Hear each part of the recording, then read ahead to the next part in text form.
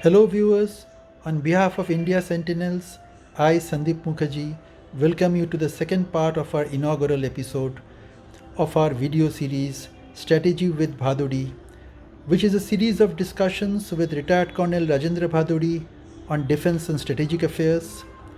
He is taking us this time through the genesis of the LAC problem at Ladakh, how it originated, the present complications, what it is perhaps leading to, and what could be the possible solution. Over to Colonel Bhaduri. So what I was saying is that you need boots on ground. That the terminology that we use, boots on ground. The man has to be sitting on ground to hold territory. So be it Chinese PLA or us or Azerbaijan or Armenia or anybody else, the boots have to be on ground to hold territory. So, Technology can get you territory by evicting those people, the boots on ground. All right. So now what so, is the future? Uh, we'll have to see what is the equivalence of our uh, capability versus the Chinese as far as UAVs, UCAVs, etc. are concerned. Because the future war, we can keep talking about our Rafale, their J20, our Su-30, their J16, or that is okay. But finally, in this kind of this kind of situation, uh, I don't foresee a full-fledged war between India and China. The question is, do you foresee a full-fledged war where so before talking of that, I think the readers should know the unique blend of military experience which you bring to the table, which qualifies you uniquely to take a holistic view of the conflict. Most people, when they talk from veterans, they bring one specialization to the table. They have been from the infantry or armor or artillery or from the air forces, and of course with an overall view of military technology. But Colonel Bhaduri with us has originally been an armored corps officer. He was commissioned into 90 armored, and then he was given a loan to Army Aviation. So why don't you let our viewers understand the uniqueness of your what you bring to the table, sir? Please. no, see, what you mentioned is interesting because during my complete tenure flying in Ladakh, as a tank man who was flying in those territories, I I had a dual role going on. I was flying and doing operational recce sorties, and also looking at the terrain and the territory as a tank man to see how effectively armor and mechanized forces can be deployed in this high altitude desert. So, Because I already had experience of operating in Rajasthan desert on tanks. So as a tank man, I had operated in the deserts of Rajasthan. And now as an army aviator, I was flying over the high altitude desert and trying to think like a tank man, what how kind of numbers were you flying, sir, in those days? I was flying the Cheetah of Army Aviation. That is our light observation helicopter that the Army Aviation uses in high altitude. Okay, sir. Cheetahs were originally French Sud Aviation Lama aircraft. In fact, Cheetah has a very unique history. It was the Indian government which requested government of France to produce a helicopter which will be suitable for India's high altitude mountain regions. So what Sud Aviation Company, or which is now known as Aerospatial, what they did was they had two helicopters. One was the Alouette 3, which we call the Chetak. So, and they had the Alouette 2. What they did was Alouette 2 had a lighter weight airframe and with a smaller engine. So what Aerospatial did was use the airframe of Alouette 2 and gave the transmission and engine etc. of Alouette 3 and created a new helicopter which they named as Lama for the for India, specifically for India. Okay. It became so successful as a helicopter in the high altitude that it became a product on its own to be exported to various countries, including South America, North America, Europe. One of the most successful aircrafts, helicopters till date in all high altitude rescue operations in the European Alps is the Lama. It holds the record of having that one single helicopter. It is still being used. So such a wonderful machine that the that So you flew all over the LAC, sir, all over that area. complete. In fact, my my Kashmir tenure and my Ladakh tenure means that complete line of control, thereafter complete line of actual control.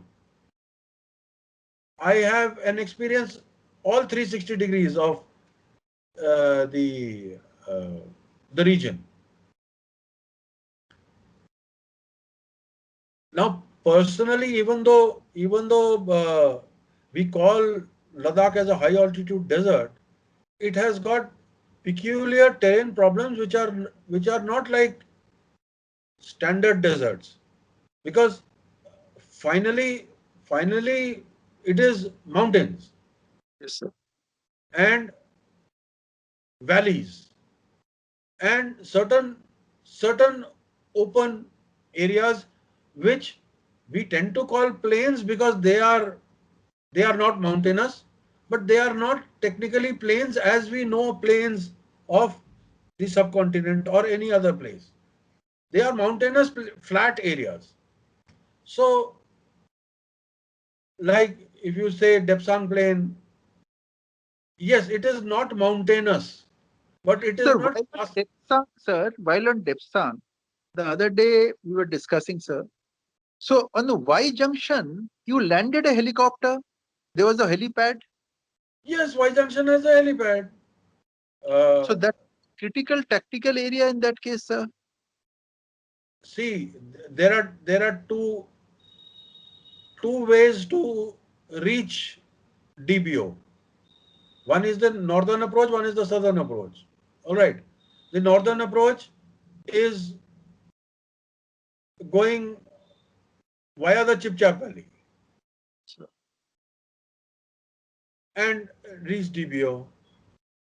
The other is from the southern approach, which is via Y junction and go north. So what we normally used to do is we used to go in a clockwise direction, or rather go via the north approach, go over DBO, do the recce of the Depsang plains via Y junction, come back to the Shiok Valley. You get my point. You get the orientation. yes, sir. It's clockwise, sir. Yeah, Clockwise. yeah. So clockwise. So that So you used to have a be. view of that area, sir. So if there's a conflict there, Huh, and with contemporary technology, and you know the lay of the ground, huh. and if Y junction PLA is sitting there, What are the stakes? So how do you dislodge them? What No, happens? I'm not very sure. Where is this? Where is this information that PLA is actually occupying the Y junction track junction zone? So not track junction, but the Y junction, which All is right. cut five patrolling points, PP Okay. 10, 11, 11 alpha, 12, and 13.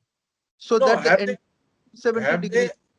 have they cut off the patrolling point by physically sitting there, or have they denied our patrols from going that side? But what is the thing? I to be very Bottleneck. honest, I'm not very sure what is this, So we because are told bottleneck is at Y junction, and okay, our patrols are being blocked. The route to reach these five patrolling points is via Y junction, or let's say the routes are commanded, from Y junction, and they are sitting there, and hence the routes are blocked. all right. So Y junction used to have our gun positions, etc. Means all that has been denied now. I don't know, sir. I really don't know.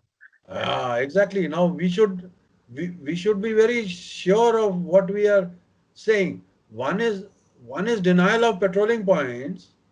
Yes, patrolling points have been denied. That I agree. That is what we are all. That is what the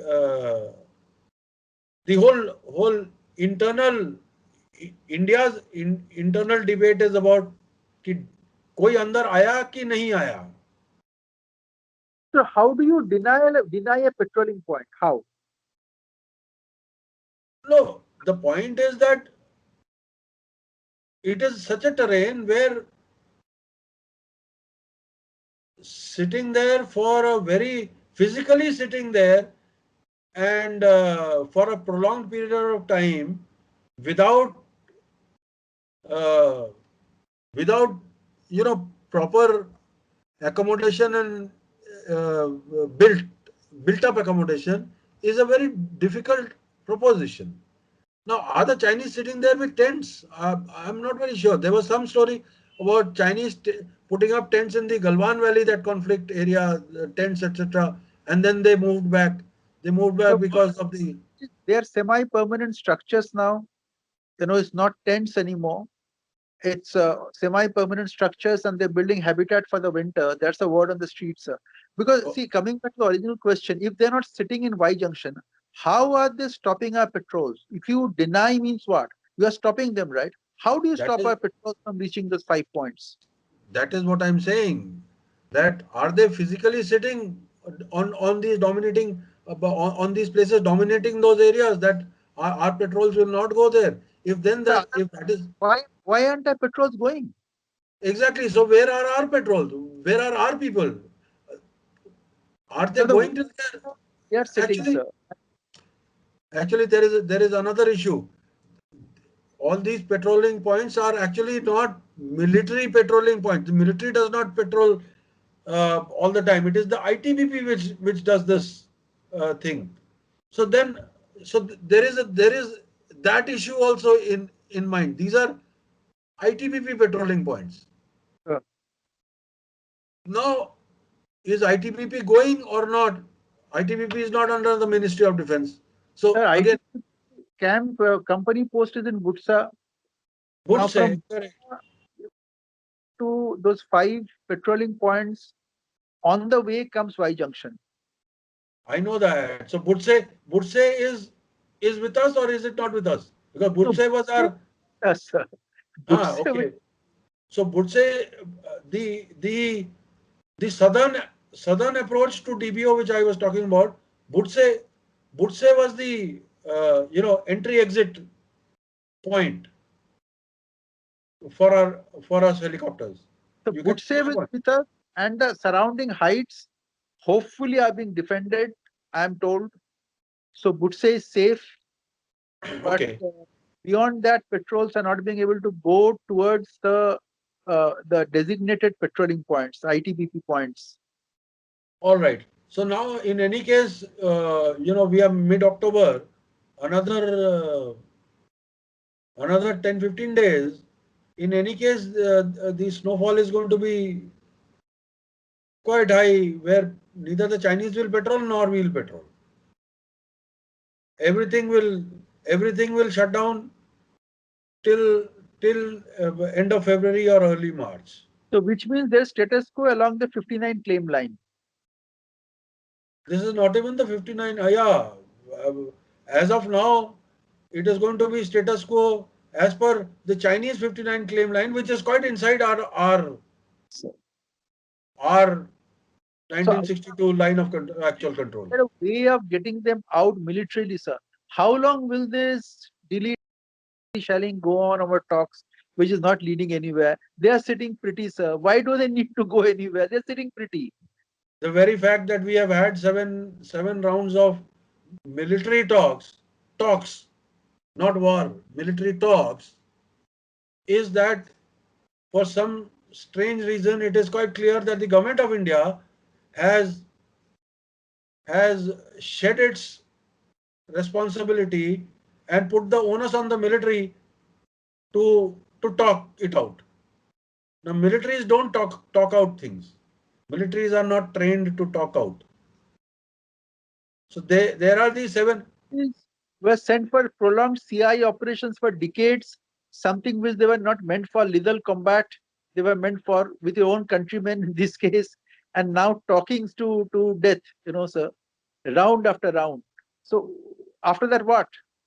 No, yesterday or day before yesterday, that seventh round of talks finished, and Yes, the joint statement that was issued was copy paste of the previous six talks. sir. It was Absolutely, exactly those words that we will maintain we will work towards whatever maintaining tranquility and peace, etc. So finally, what is the Chinese are obviously not agreeing military. So the point is that the level has to be escalated. how? It has to be How? What do you no, do? Given the no, current technology. no. I'm talking about talks. The Okay. talks, military level talks, seven rounds have happened. Nothing has happened. So you have to escalate the level. Escalate the level means from the corps commander level, it has to go to the government of India level. The government of India has talked on the external affairs ministry level, Ministry of External Affairs, and they have agreed that there'll be no war. It'll be peacefully settled. No war was emphasized. There'll be no military conflict as a solution. That So, is what I'm saying. So by saying that there will be no war, they have shed the responsibility onus on the corps commander. sir, That poor 14 corps commander is now the pointsman. He has to solve the India-China problem. sir, Now come to think of this bizarre scenario where that corps commander is now the the ultimate final authority to given the responsibility to solve a international conflict of between India and China. so no, our viewers would definitely want to know is suppose there is any military hanky panky from China's side, can we defend the line effectively given the state of technology, relative technology, sir? Like you were saying, UAVs, PGMs, AI.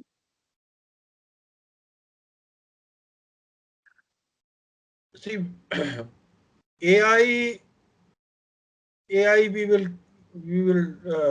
keep it aside for a moment. You we will have to see two scenarios. One is localized mm, localized military, small scale military uh, conflict, and a large scale military conflict. Large scale military conflict, you have already said that the government of India has already officially at international level said that there will be no war. So large scale military conflict is out, right? Sir, it's out. So now we have to bring it down to tactical level operations. Now tactical level operations, we have already seen tactical level operation now in Galwan. Now what tactical operation? You are saying, what are we saying? The government, Of talk about south of Pangong, so heights being occupied, which no one confirmed. Government of India didn't confirm any transgression across the LAC by Indian forces. let us It was let us assume our troops have physically gone on that black hat and kala top there is and no ground for assumption, sir. Absolutely, only Rekinla, only Rekin. The Chinese have claimed. So we have some basis that India has occupied the ridge line, which is maybe about half a kilometer across the LAC. But just south of Pangong, Blacktop, Helmet Top, Kalatop area, it's all hearsay.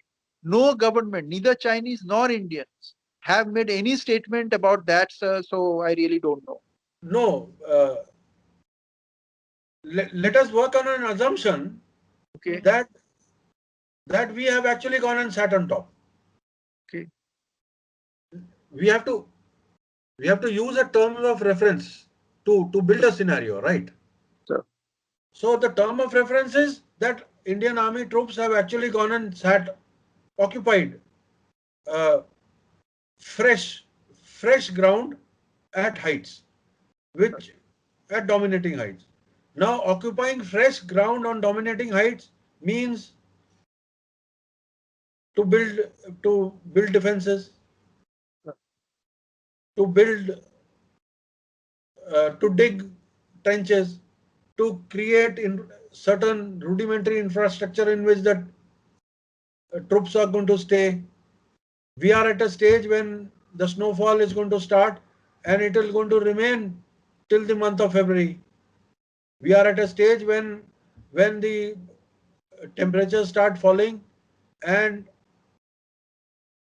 as per my personal experience, it, in those areas it falls down up to -40.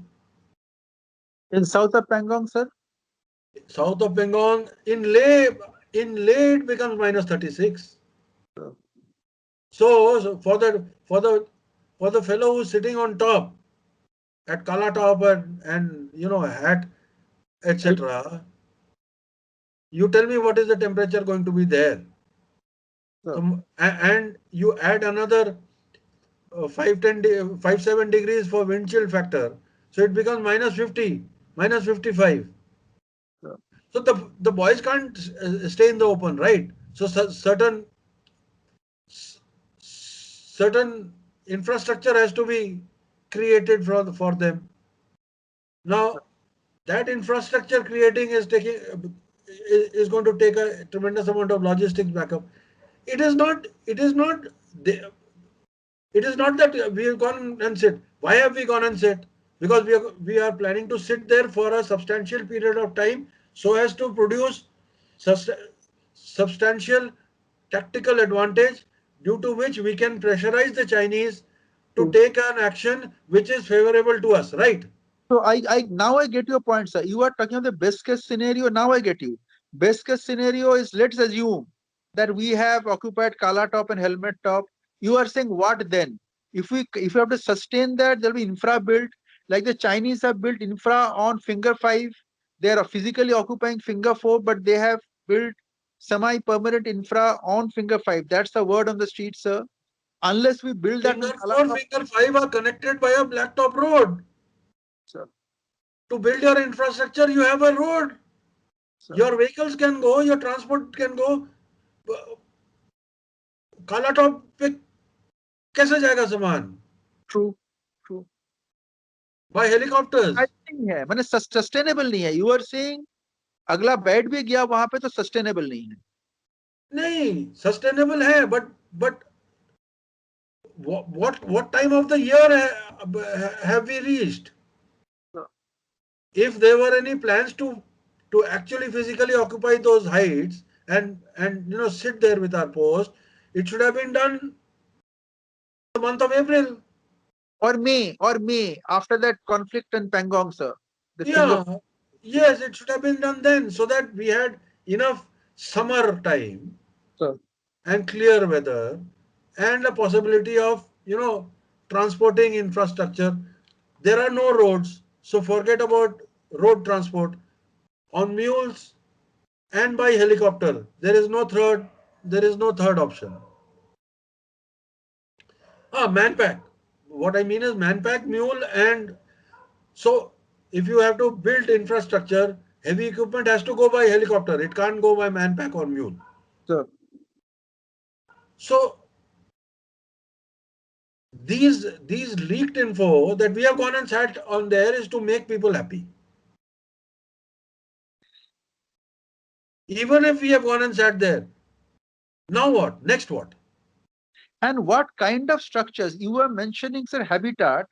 Now, RT officers have been telling me that you require 36 inches of earthwork on concrete for, a defensible position by infantry troops against incoming artillery or rockets. Yes. Now, if we have occupied that without a defensible position, again, that may not be sustainable in case of a conflict. Even in Lichinla, the Chinese have tin sheds.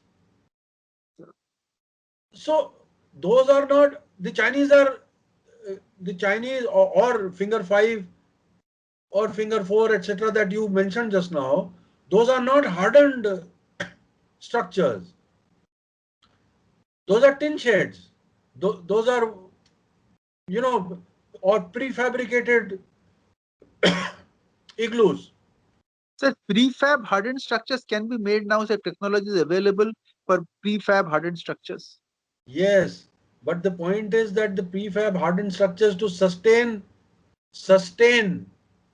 and protect against heavy artillery or the PGMs, etc., is is a major technology, a logistic, uh, So, work. And Chetak Cheetah or even ALH or even Chinook are not the type of helicopters which can carry such high loads. You need helicopters like Mi-26 who will be able to carry such loads and not internal load. This is all underslung load. so Chinook can't, sir? Each block will be concrete blocks. Chinook carries what? Chinook carries uh, light field howitzers or Even tanks, sir? Even tanks, light tanks? Chinook does not carry any tanks. No? No, Chinook does not have the capability of carrying tanks. Lifting, sir? Lifting tanks, no? Yes, lifting tanks. So lifting tanks what? T- Underslung, right? Yeah, yeah, One. one. Yes, not tank. They lift these Humvees. Not light tanks, definitely. No, light tanks. Light tank means what? M113, the American Sir, M113, etc. category. sir. No, it doesn't. So the point is that it is a humongous uh, effort, both as far as air effort is concerned and ground effort is concerned. Finger four, finger five, all that is okay because they are at much lower altitude. They are not on top of a mountain and they are connected by road. So transporting all this heavy material by road is much simpler for obvious reasons. You can go and occupy heights for a temporary period of time. It is not a long term thing. In 1999 in Kargil, the Pakistanis came and occupied our bunkers and sangars, which are semi-permanent structures already Sir.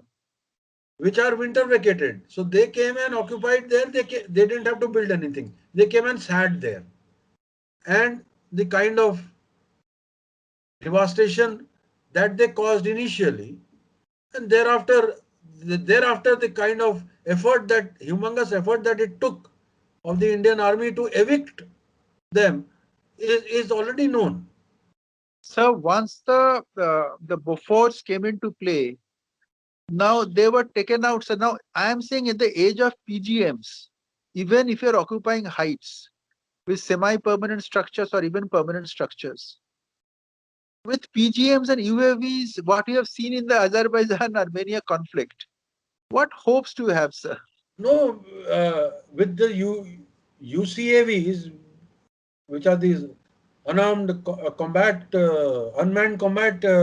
aircraft, and PGMs controlled by UAVs.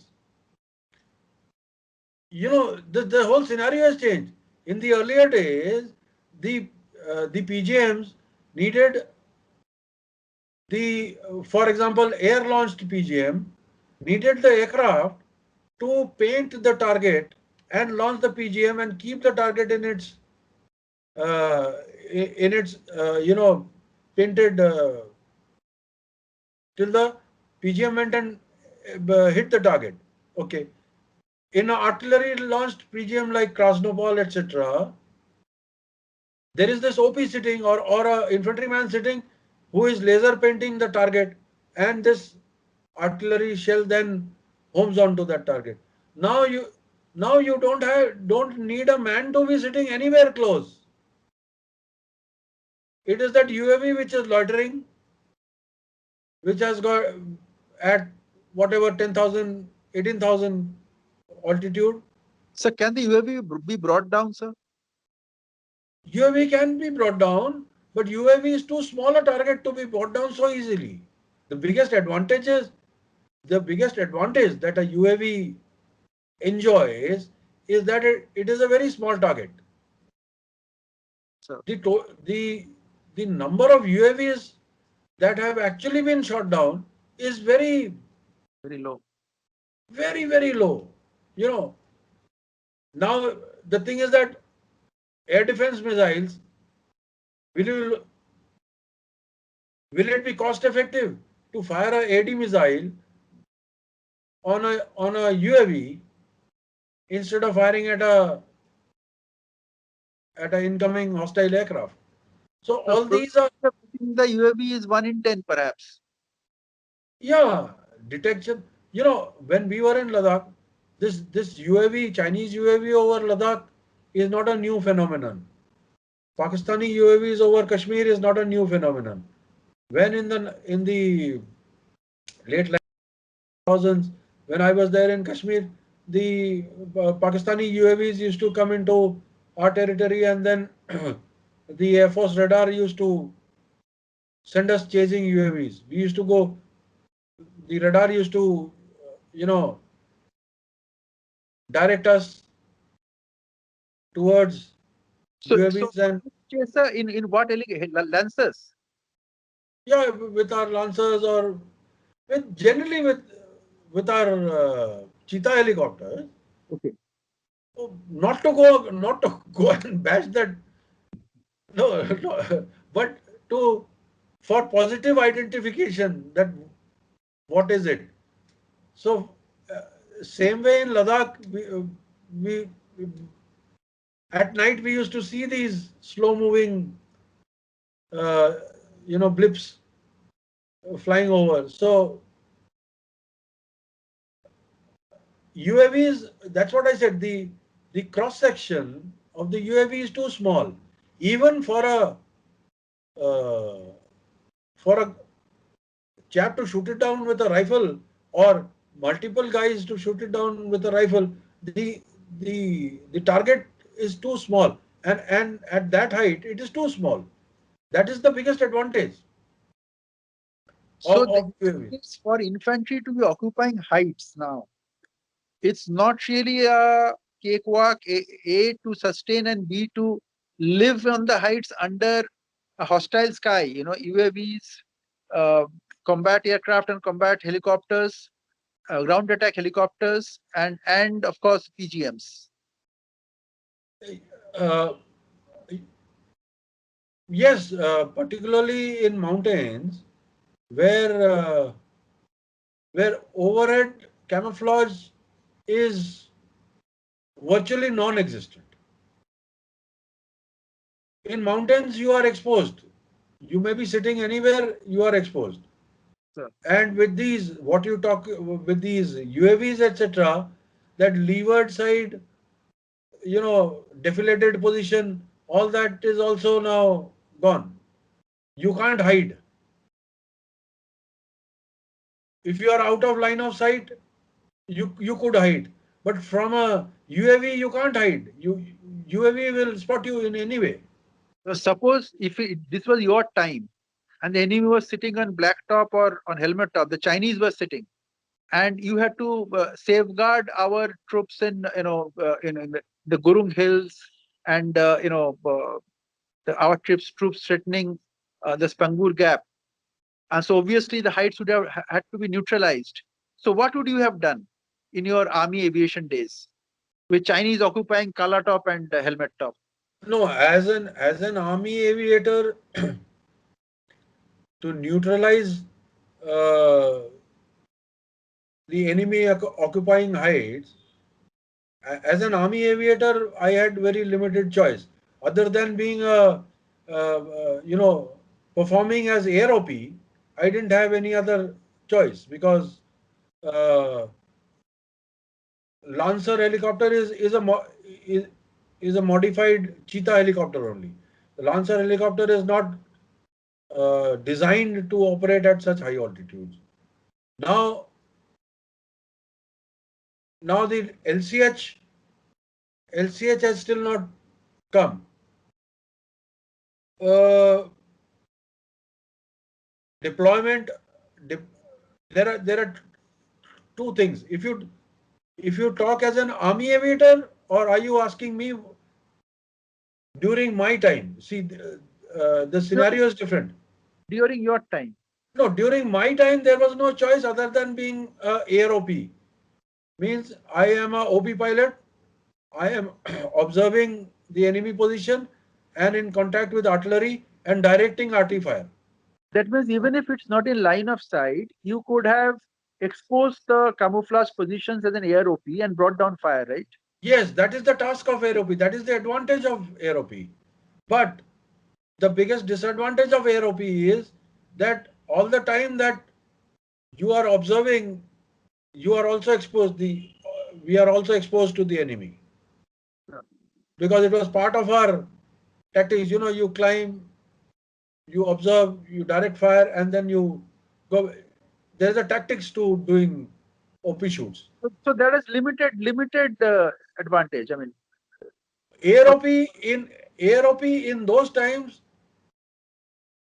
has a tremendous advantage. Even in Kargil war and before that, on what what you what these people call surgical strikes, during those we have we used to function as OP, air OP, for our artillery, to dominate Pakistani Kale Cant, across the Neelam Valley, etc. Uh, because ground OP didn't have line of sight, uh, view of these structures which are hidden, which are in defilated positions or in the leeward side of the mountain, etc. So today, sir, with the technology available today, not you, so after you have come out of the army, contemporary technology, how would you take out people on the heights if it was you?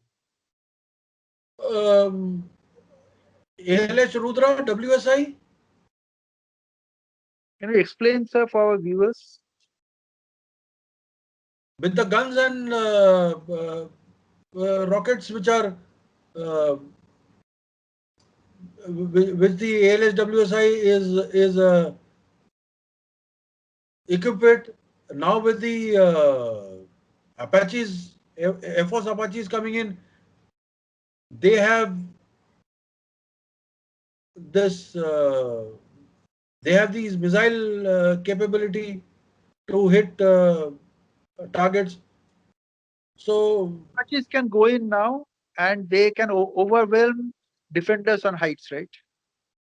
yes, in fact, In fact, against Pakistani bunkers, even during Kargil war, we used our ATGMs,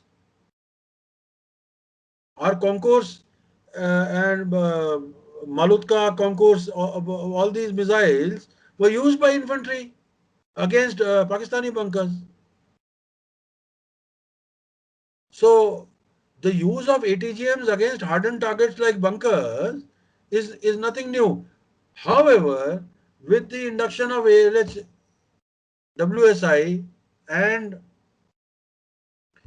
the Apaches, the aerial platform becomes a, a huge advantage over over a ground launched platform. You get my point? Yes, sir. Huge Particularly against generation. targets which are uh, camouflaged or hidden behind line of sight. It's a different a different generation of weaponry now. With Now yes, now with these UAVs which are capable of launching missiles, there is virtually nowhere to hide. You see these videos of the Nagorno-Karabakh clash, gun positions, pinpoint, tanks, ICVs,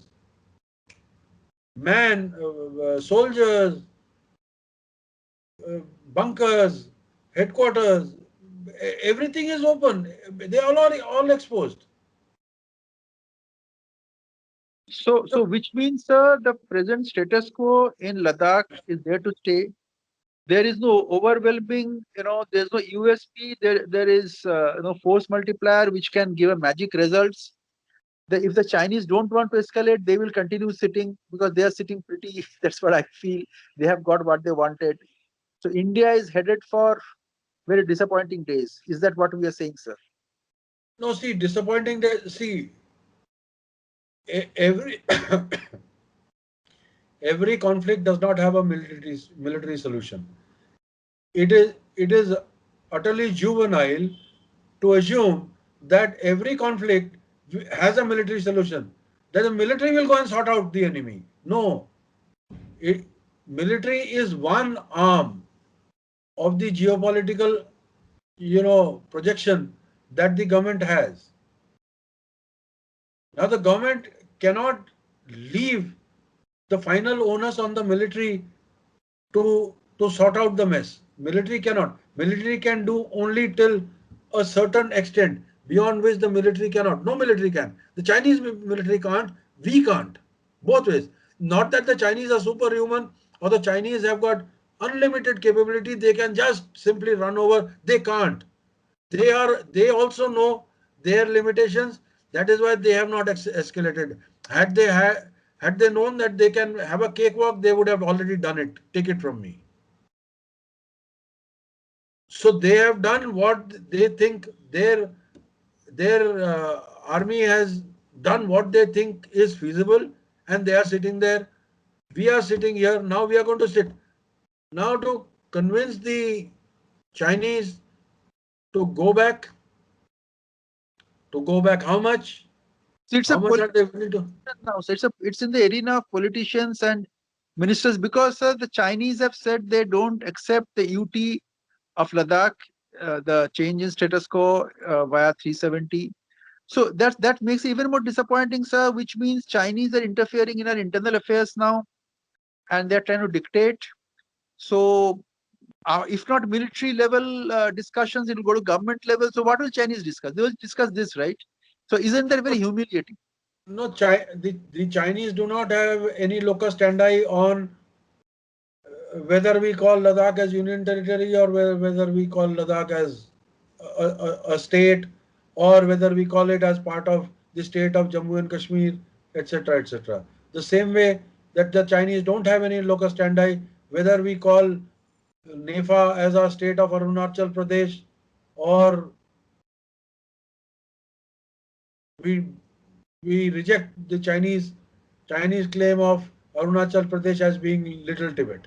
Uh, So they don't have, it is our sovereign territory. Now the question is, the line. Which line?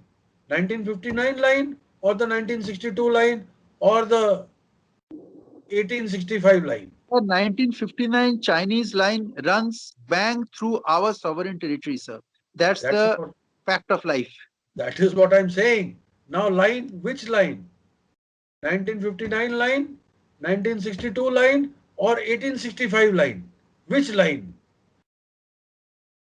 So since the Chinese are So as far as if you ask me as a military man who has operated on ground, I say 1962 line because as far as the military to military is concerned, we are very clear which is our line.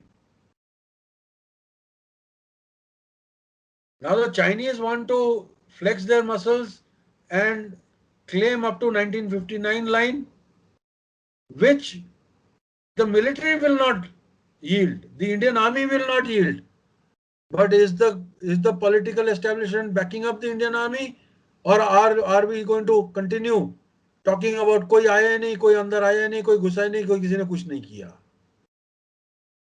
unfortunately some ESMs, including very senior ESMs, they have also played down that 62 line, which is demarcated to these patrolling points. Now they've kind of disowned the patrolling point. They have on record saying that denial of patrolling point is not denial of territory. It's not occupation of territory. What does that even mean? I mean, what does this sentence mean, sir? It is bizarre. Yeah. It is utterly bizarre. All this claim that denial of patrolling line is not denial of territory. We patrol where? The army patrols where? The army patrols the boundaries of our territory. If the enemy is denying your army or your military or your border security forces of patrolling your boundary of territory, that means you have lost that territory. Lost our sovereignty over the territory, sir. So Exactly. disappointing It and is humiliating. immaterial. It is immaterial whether the enemy is physically sitting inside that ground or not. If the enemy has de facto denied you access to your own territory, you have lost that territory. Where is the confusion in this? It is plain and simple English. Sir, so we are very glad, sir. On behalf of the viewers, I'd like to thank you because you have been very candid. Because often there is a temptation to give a rosy spin to these things and concoct a kind of narrative of hope. But what you have said is very candid, and you have not tried to pull your punches or wear velvet gloves. You have said it the way it is. And now the ball is in the court of the political establishment and the Indian government.